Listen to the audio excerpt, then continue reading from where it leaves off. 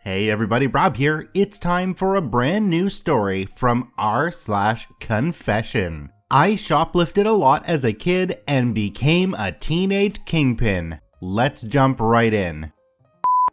Over 70% of you aren't actually subscribed to the channel? What? Hit that subscribe button for more daily Reddit stories. I still remember the first time I stole something. It was the mid-80s. I was in second grade and we had to wait in a classroom near the front of the school for our bus to be called.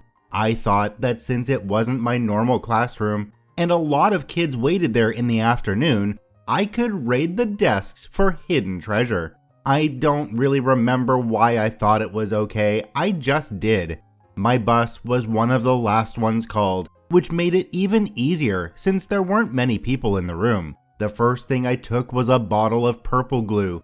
Kids were dropping the ink cartridge cylinder from magic markers in them to change the colors. This was in the 80s before colored glue was actually sold, so people got creative. I didn't have any magic markers, but I wanted to be like everyone else, so I took a bottle from someone's desk. I kept taking things almost daily until my first screw up. I stole a transformer or a GoBot, I can't remember which one it was for sure, but I remember how much people freaked out about it. The teacher from the classroom we stayed in the afternoons came to every homeroom to ask about it. I wanted to sink into my chair and die, because I felt like it was only a matter of time until I got caught. I didn't know that the time clock was already ticking against me. I had a horrible hiding place at home. I put everything under my quilt at the end of the bed, thinking that nobody would look there.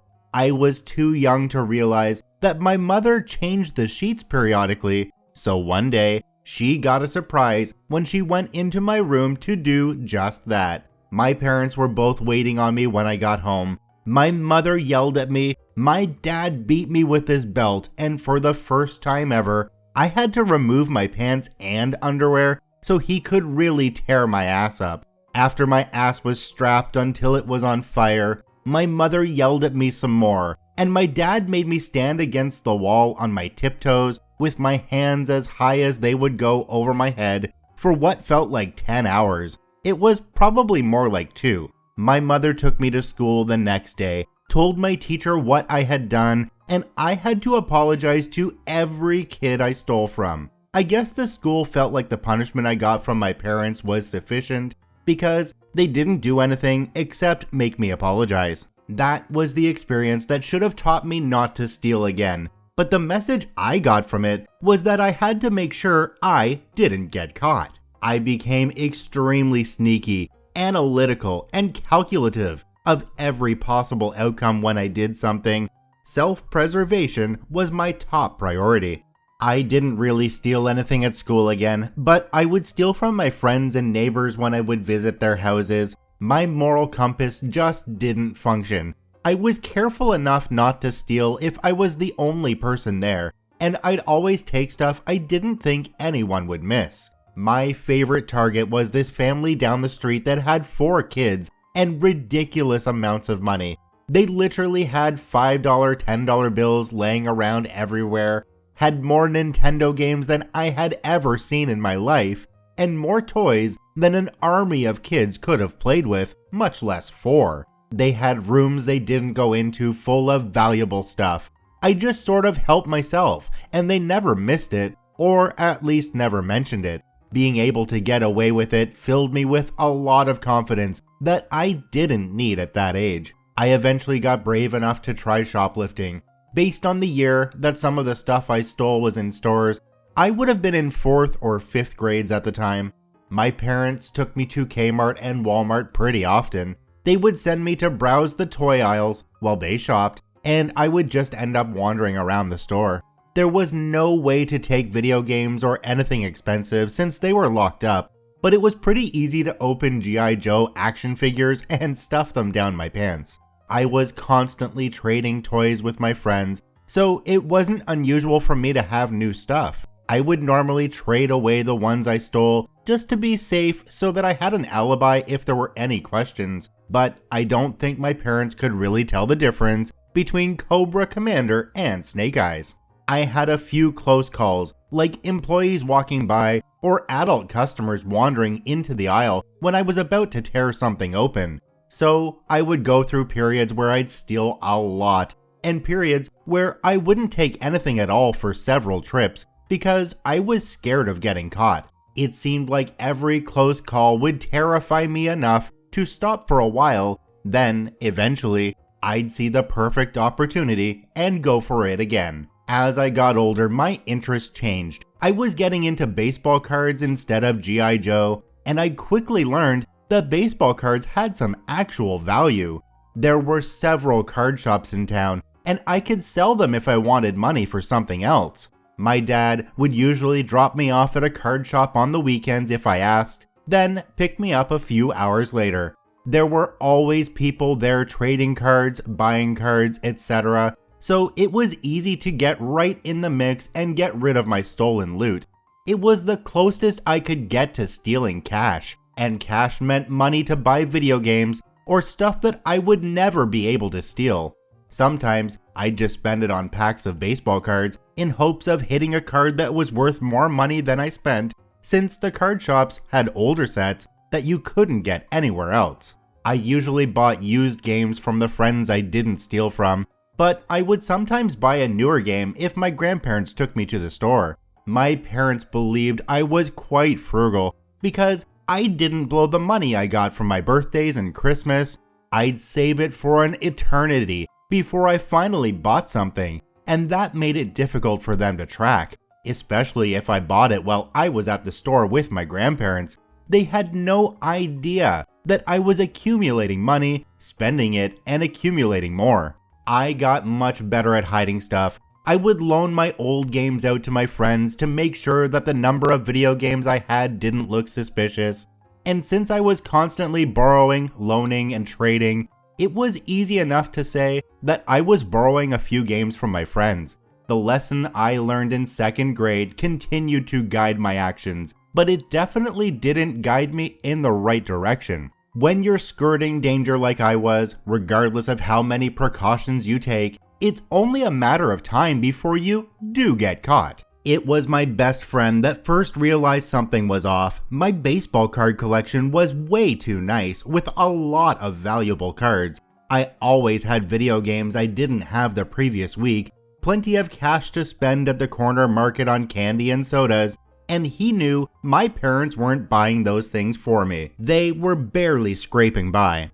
I played it off for a while, but I eventually came clean. I felt like I could trust him, and I was right, except he wanted in on the action once he found out how I was pulling it off. By this point, I was already riding my bicycle to the shopping center near my house. There was a grocery store, a drugstore, a couple of fast food places, and a brand new Walmart. The beginnings of what would eventually become the Walmart Supercenter.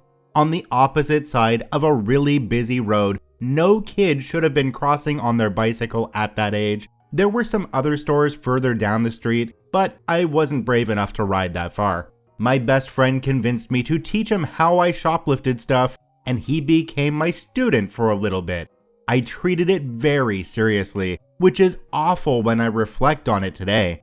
I had him steal small stuff from the drugstore, grab a few packs of baseball cards from the grocery store, and eventually we made our way to Walmart.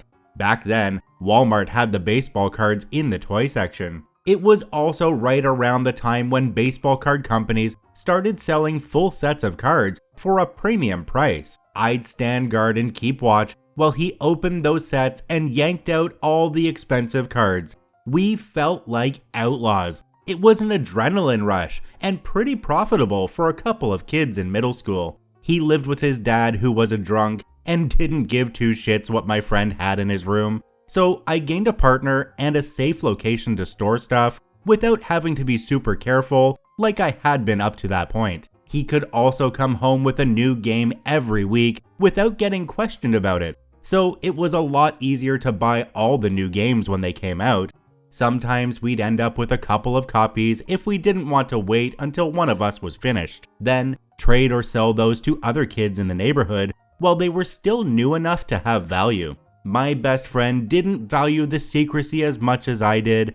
After quite a few months of shoplifting, he started bragging to other kids we were friends with. As you can probably guess, they wanted in on the action too. We went from 2 to 4, and then there were 6 of us descending on Walmart like a tribe of misfits.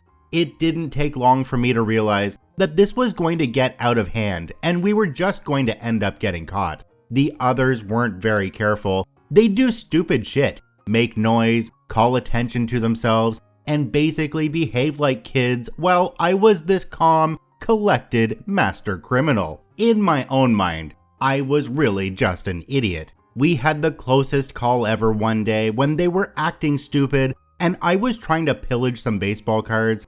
I ended up having to toss everything I planned to steal because someone came to see what all the commotion was.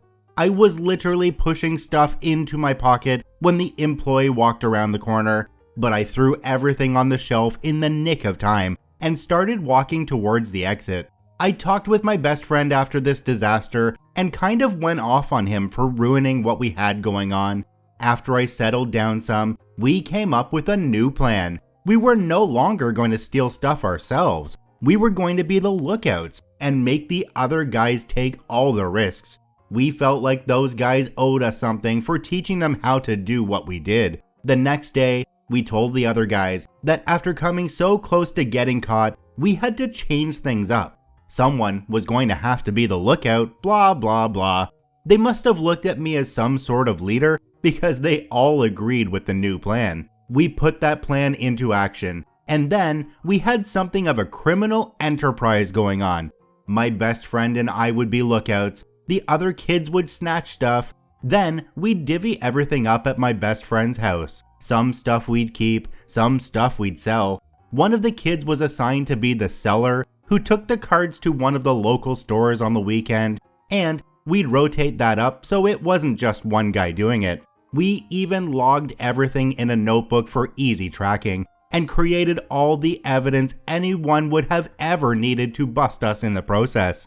It was about as legit as it could be for kids that were on the tail end of middle school by then. But like all great things, it had to come to an end eventually. We made what was supposed to be a routine trip to Walmart and got hit with a surprise.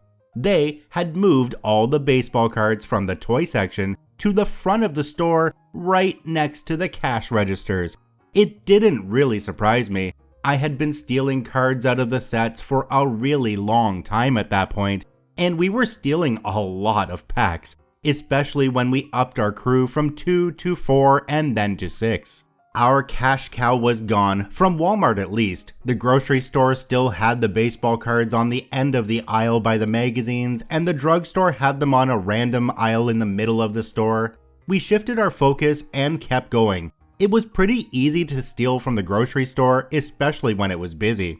The drugstore was a bit harder because they had those big curved mirrors that allowed the people at the front of the store to see you, and it was pretty odd for 6 kids to randomly show up to shop. We hit those places for a couple of months, but then they wised up and moved their cards to the front of the store like Walmart did.